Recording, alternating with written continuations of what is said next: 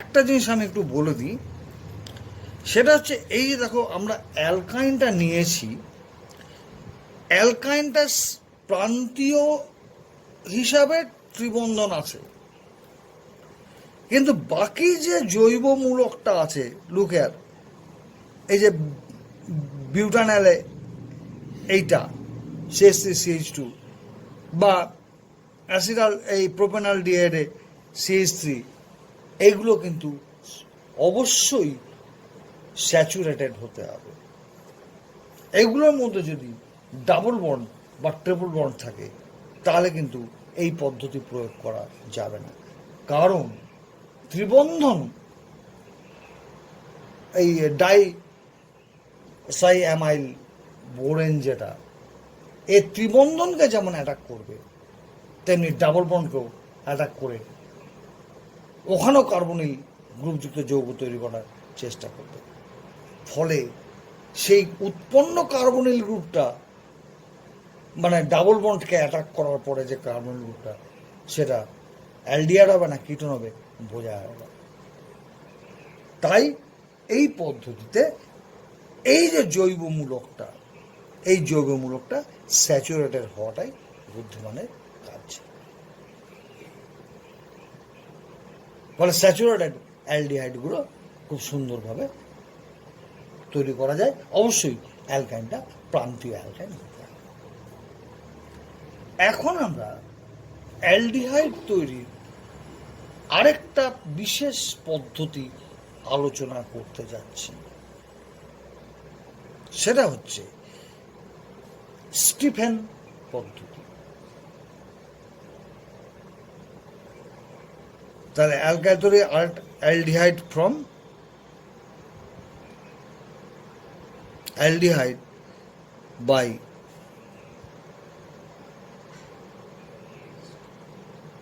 Stephen process.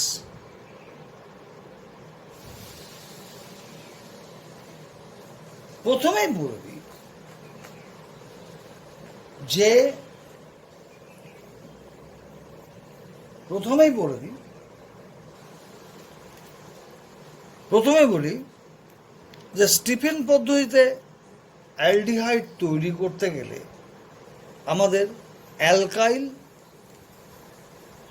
Cyanide বা aryl cyanide গোষ্ঠীভুক্ত যৌগগুলো কাকে বলে সেটাকে জানতে হবে।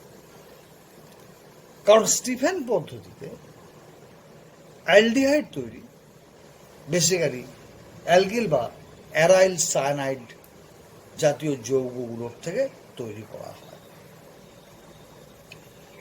তাহলে অ্যালকাইল বা অ্যারাইল সায়ানাইডকে যদি আমরা সাধারণ সংকেত দিয়ে লিখি, তাহলে অ্যালকাইল বা অ্যারাইল সায়ানাইড হচ্ছে দিস RC∼C। এইবার আমরা এই RC∼CN এখান থেকে যদি অ্যালডিহাইড তৈরি করতে হয়, তাহলে আমাদের কাজটা হচ্ছে দিস CN গ্রুপটাকে, লক্ষ্য হ্যাঁ, এই যে CN গ্রুপটা, এটাকে CHO গ্রুপে যদি আমরা পরিণত করতে পারি, তাহলেই দেখো অ্যালডিহাইড তৈরি হয়ে যাচ্ছে। তাই অ্যালকাইল বা অ্যারাইল সায়ানাইড থেকে অ্যালডিহাইড তৈরি করতে গেলে এই CNটাকে CHO গ্রুপে পরিণত করতে হবে। বিজ্ঞানী স্টিফেন এই পদ্ধতিতে, এই কেন বলি, যে পদ্ধতিতে CNটাকে CHO গ্রুপে পরিণত করেছেন, আমরা সেটাই এখন আলোচনা করতে যাচ্ছি। ব্যাপারটা কি? ব্যাপারটা কিছুই না। অ্যালকাইল বা অ্যারাইল সায়ানাইডটাকে প্রথমে স্ট্যানাস ক্লোরাইড আর কনসেন্ট্রেটেড HCl দিয়ে বিজারিত করা হয়। বিজারিত ব্যাপারটা কিরকম দাঁড়াচ্ছে? Look here, RC triple bond N, এটাকে আমরা essential two oblique concentrated HCl দিয়ে বিজারণ করলাম। করলে কি হবে? করলে এই যে CN গ্রুপটা, এই CN গ্রুপটা বিজারিত হবে। এই CN গ্রুপটা বিজারিত হবে। এই CN গ্রুপটা বিজারিত হয়ে অ্যালডিমিন হাইড্রোক্লোরাইড তৈরি করবে। ব্যাপারটা কি? ব্যাপারটা কিছুই না, লুক হেয়ার, যে এখানে কার্বনের সাথে ট্রিপল বন্ডে নাইট্রোজেন যুক্ত আছে। কিছুই না, বিজারণে এই যে দুটো পাই বন্ডের মধ্যে একটা পাই বন্ড ভেঙে যাবে। ভেঙে গিয়ে এই যে বিজারণের জন্য যে হাইড্রোজেনটা, সে হাইড্রোজেনটা যুক্ত হবে। অর্থাৎ লাইক দিস RC, এই যে দেখো, এই যোগ হলো ডাবল বন্ড NH, এই যে যোগ হলো, আর HCl যোগ হয়ে এই দেখো অ্যালডিমিন হাইড্রোক্লোরাইড তৈরি হলো। এইবার এই যে অ্যালডিমিন হাইড্রোক্লোরাইড তৈরি হলো, এটাকে আর্দ্র বিশ্লেষণ করো। এই আর্দ্র বিশ্লেষণ অ্যাসিড মিডিয়ামে করতে পারো। অ্যাসিড মিডিয়ামে করতে পারো, ক্ষারীয় মিডিয়ামে করলেও করতে পারো। যাই হোক, আর্দ্র বিশ্লেষণ করলে, এটাকে যদি আর্দ্র বিশ্লেষণ করি তাহলে পারে এই কাণ্ডটা হবে, এই কাণ্ডটা হবে। অর্থাৎ লুক হেয়ার, সায়ানাইড গ্রুপটা CN এ পরিণত হয়েছে। এই যে পদ্ধতিটা, এই পদ্ধতিতে অ্যালকাইল সায়ানাইড থেকে বিজ্ঞানী স্টিফেন অ্যালডিহাইড প্রস্তুত করতে সক্ষম হয়েছিল। তাই এই প্রসেসটা স্টিফেন পদ্ধতি নামে পরিচিত। তাহলে এখানে আবার রিয়েজেন্টটা কি?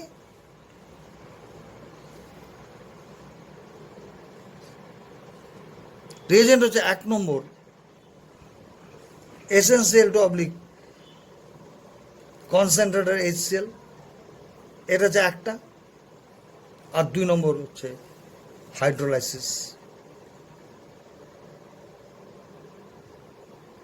হাইড্রোলাইসিস জল যোগ করলাম। এই হচ্ছে স্টিফেন বিজারণ। তা যদি বলা হয় যে স্টিফেন বিজারণে বিজারকটাকে, বিজারকটা হচ্ছে practically essential two concentrated HCl। এইটা হচ্ছে বিজারক। এই গেল হচ্ছে স্টিফেন পদ্ধতিতে অ্যালডিহাইড প্রস্তুতি। এখন আমি যদি বলি যে স্টিফেন পদ্ধতি দিয়ে প্রোপানল তৈরি করব, তাহলে কিভাবে করব? আমরা স্টিফেন পদ্ধতি দেখেছি যে CNটা CHO হয়ে যাচ্ছে। তাহলে প্রোপানলের স্ট্রাকচারটা কি?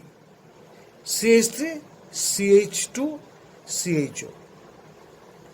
তাহলে লক্ষ্য করে দেখো, এই CHOটা CN থেকে আসছে, অ্যালকাইল সায়ানাইডের CN থেকে আসছে। তাহলে বাকি অংশ যেটা CH3CH2, এটা কে? এটা হচ্ছে এই আটটা। তাহলে এই হিসাবে আমরা যদি এই অ্যালকাইল সায়ানাইডটা নিই, প্রোপিওনাল সায়ানাইড, তাহলে এটাকে যদি আমরা essential two oblique concentrated HCl দিয়ে বিজারণ করলাম, 2 নম্বর জল দিয়ে আর্দ্র বিশ্লেষণ করলাম, তাহলে পরে এই কাণ্ডটা হবে।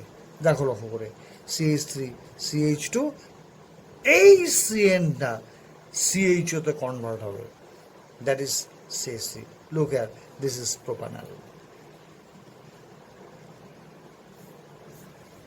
এইবার একটা জিনিস আমি বলি, যে স্টিফেন পদ্ধতির একটা সুবিধা আছে। এই পদ্ধতি দিয়ে যদি কোনো যৌগের ডাবল বন্ড বা অন্যান্য কিছু থাকে, সেও থাকা সত্ত্বেও করা যায়, বিশেষভাবে অ্যারোমেটিক সিস্টেমটাতে। তাই অ্যারোমেটিক অ্যালডিহাইডগুলো তৈরির ক্ষেত্রেও স্টিফেন পদ্ধতি খুব সুন্দরভাবে করা যায়। সে আমরা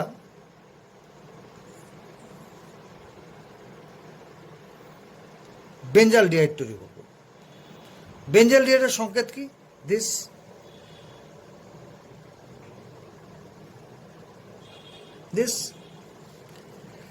তাহলে এইবার বেঞ্জালডিহাইডের গঠন লক্ষ্য করে দেখো, এই CHOটা CN থেকে,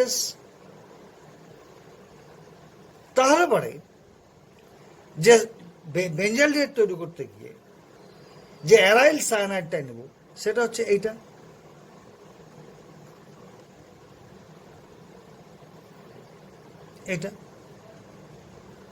এইটাকে যদি স্টিফেন পদ্ধতি দিয়ে আমরা করি, তাহলে কি হবে? এই CN-টা CHO গ্রুপে পরিণত হবে। তাহলে এই যে ফিনাইল সায়ানাইড, এইটা যদি আমরা স্টিফেন পদ্ধতি করি,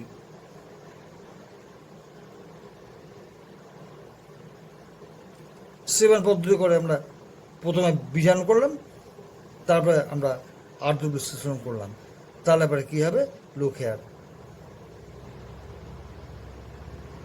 বেঞ্জালডিহাইড তৈরি হচ্ছে। এইভাবে আমরা স্টিফেন পদ্ধতির দ্বারা অ্যালকাইল বা অ্যারাইল অ্যালডিহাইডগুলোকে সুন্দরভাবে তৈরি করতে পারি। এই কারণে স্টিফেন পদ্ধতি। এইবার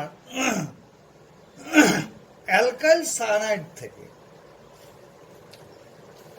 স্টিফেন পদ্ধতি দিয়ে আমরা অ্যালডিহাইড তৈরি করতে পারছি, এটা ভালো। কিন্তু অ্যালকাইল সায়ানাইড থেকে আরেকটা রাস্তায় অ্যালডিহাইড তৈরি করা যায়। সেটা কিছুই না, আমরা স্টিফেন পদ্ধতিতে যে বিজারক পদার্থটা এসেনসিয়াল টু অবলিক কনসেন্ট্রেটেড HCl-টা নিয়েছিলাম তো, হ্যাঁ,